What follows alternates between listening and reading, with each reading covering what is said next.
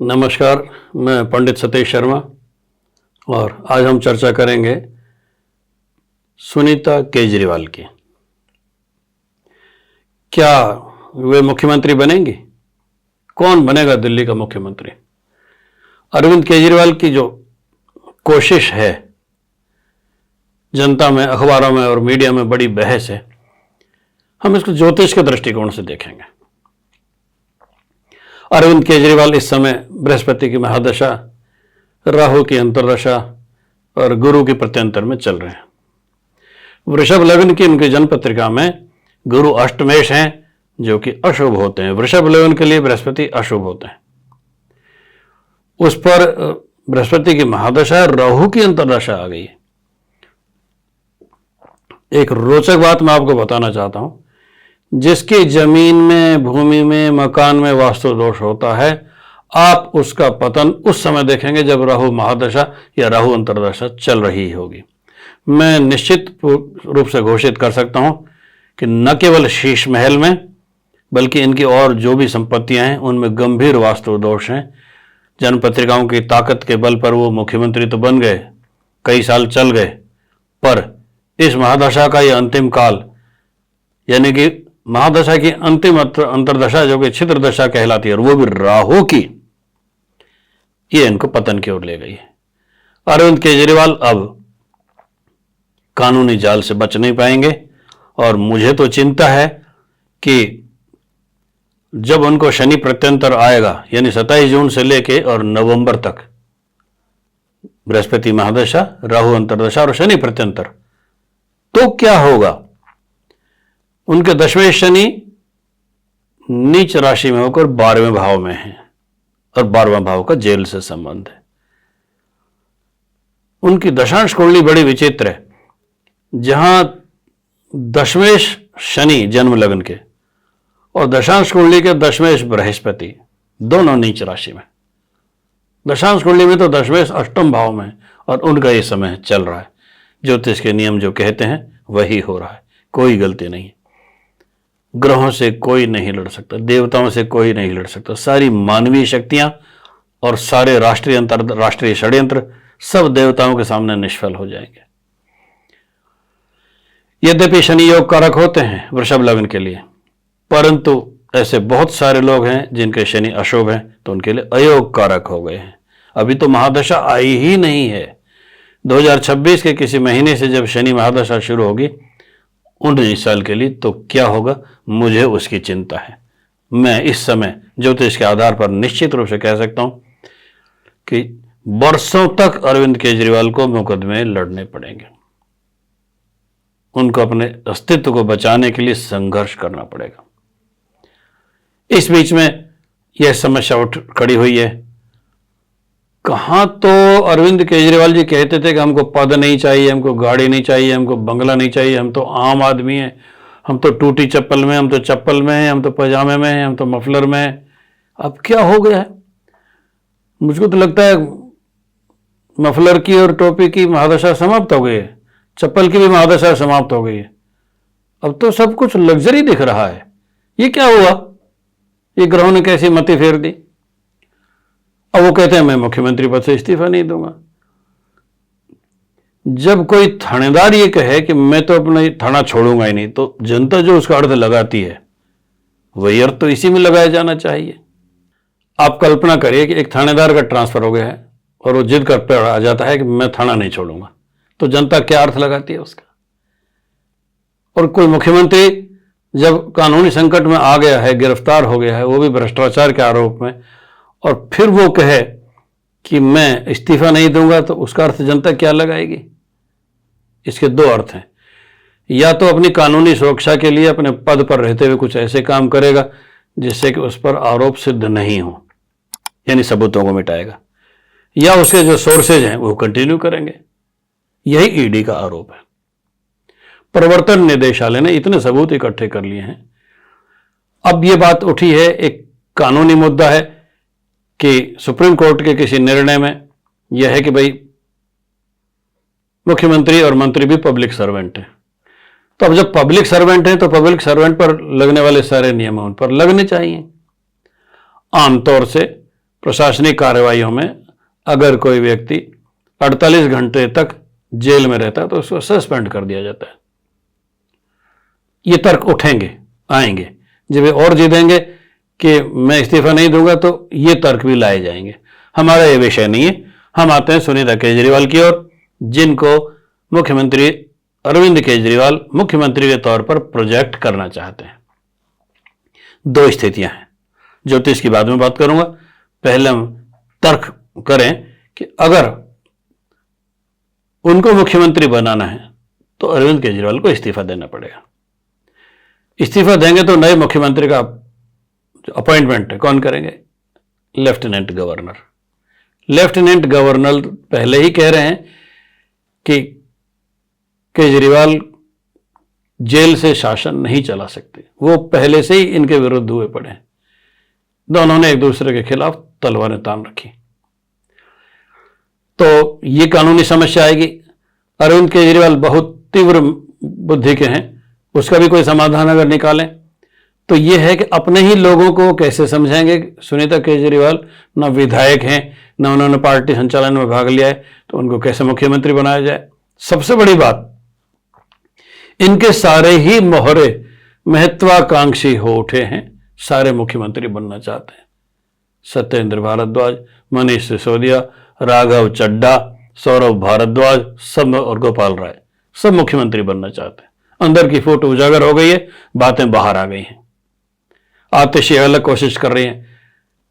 वो है ना, एक बयान जारी किया सुनीता केजरीवाल ने, अब मेरी पड़ोसन खाए दही, मुंह से कैसे जाए सही। तुरंत ही आतिशी ने बयान देने शुरू कर दिए। कुछ नहीं भेजा अरविंद केजरीवाल ने जेल से बाहर। इसको जेल ही मानिए। अगर वो ईडी की कस्टडी में है तो गिरफ्तार तो है ही है। जब गिरफ्तार है तो उसको जेल माना जाना चाहिए, चाहे जुडिशियल हो चाहे कोई सी जेल हो। तो जनता को यह समझ में आ रहा है कि आतिशी और सुनीता केजरीवाल में वर्चस्व की लड़ाई चल रही है और एक दूसरे को घात प्रतिघात में लग रहे हैं। आतिशी को यह समझ में नहीं आ रहा है कि बिना आप पार्टी के और बिना केजरीवाल के उनका कोई अस्तित्व नहीं है। और सुनीता केजरीवाल को यह समझ में आ रहा है कि वो अरविंद केजरीवाल नहीं है। उन्होंने जो घर में रहते हुए ट्रेनिंग पाई है उसका इस्तेमाल करेंगे, परंतु जनता उनको स्वीकार नहीं करेगी। अब मैं ज्योतिषीय विश्लेषण करता हूं। केवल अरविंद केजरीवाल की जन्मपत्रिका से सारे विषय स्पष्ट कर दूंगा। उनकी वृषभ लग्न है, उनके दशम भाव में शनि चल रहे हैं, अपनी ही राशि में भ्रमण कर रहे हैं इस समय, और उनकी दशम दृष्टि सप्तम भाव पर है, जो कि सुनीता केजरीवाल का खाना है। यानी कि जीवन साथी का भी पतन इसमें दिख रहा है। सुनीता केजरीवाल तभी तक बचेंगी अगर वो मार्च अप्रैल 2025 तक सुरक्षित रह पाए और अपना टेन्योर पार कर पाए। तब तक शनिदेव उनके खिलाफ है, उनके पतन की तैयारी कर रहे हैं।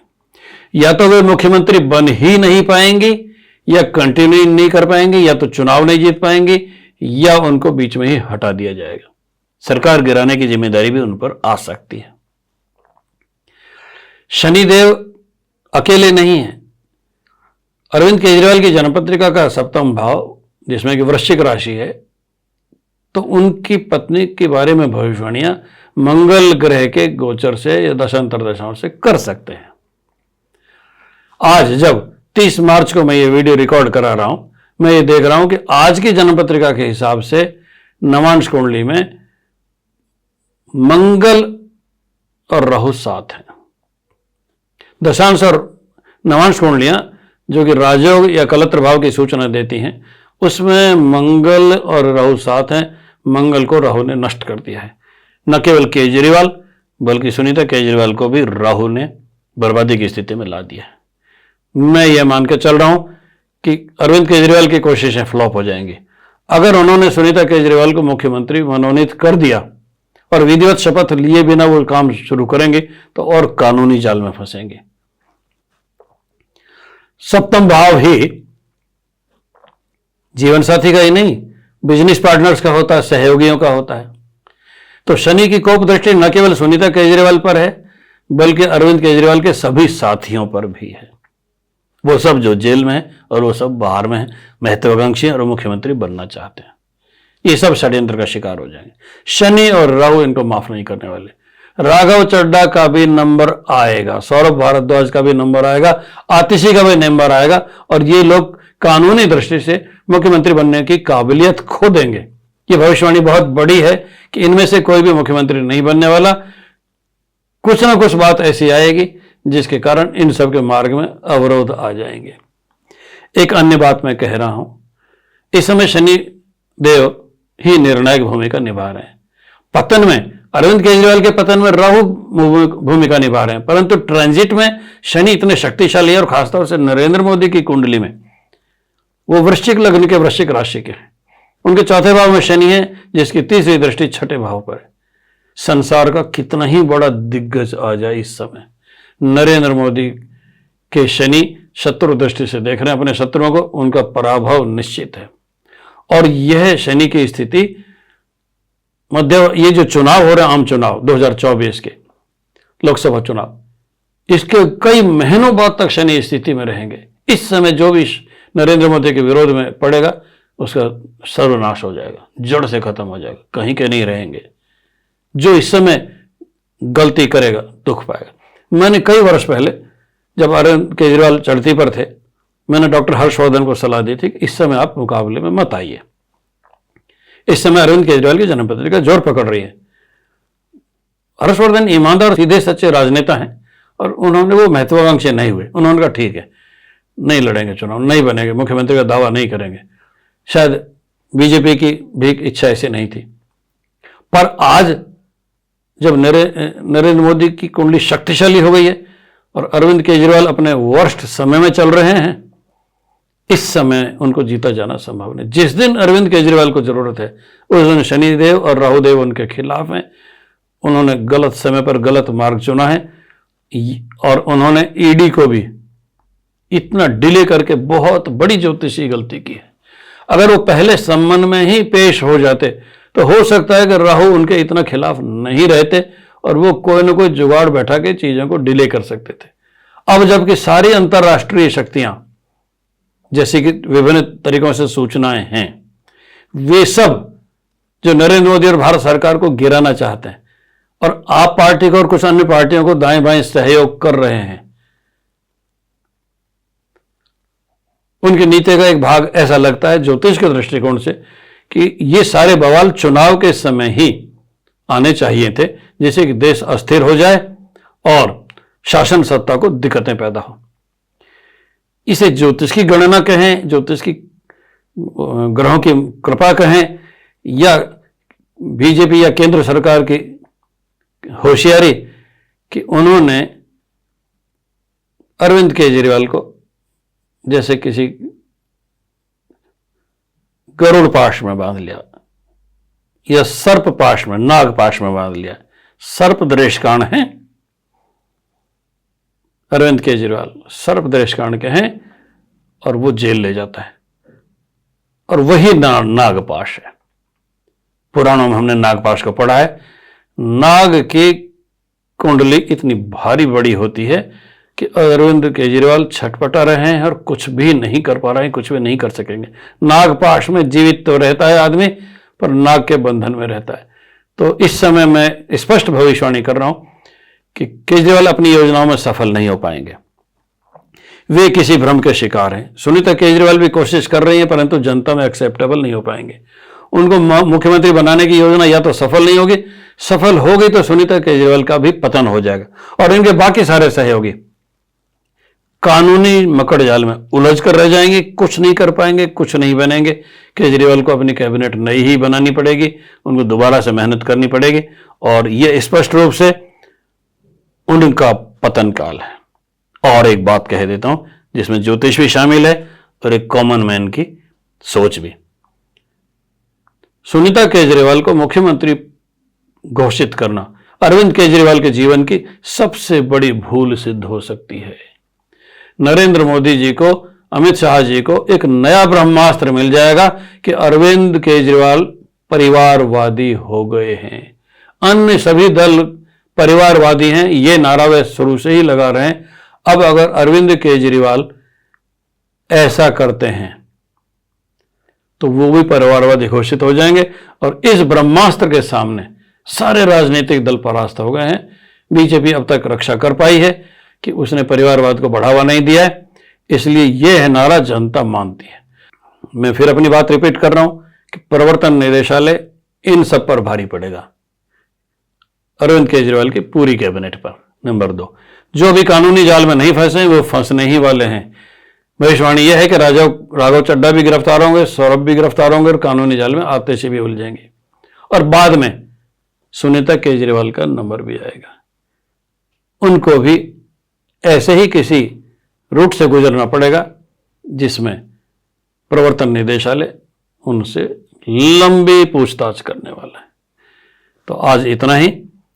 इसको मैं कंक्लूड करूं तो यह है कि या तो वो मुख्यमंत्री नहीं बनेंगी सुनीता केजरीवाल, और अगर बन गई तो टिक नहीं पाएंगी, और अगर ऐसा हुआ तो एक तरह से केजरीवाल नरेंद्र मोदी के सामने समर्पण सा कर देंगे, क्योंकि वो परिवारवाद की परिभाषा में आ जाएंगे।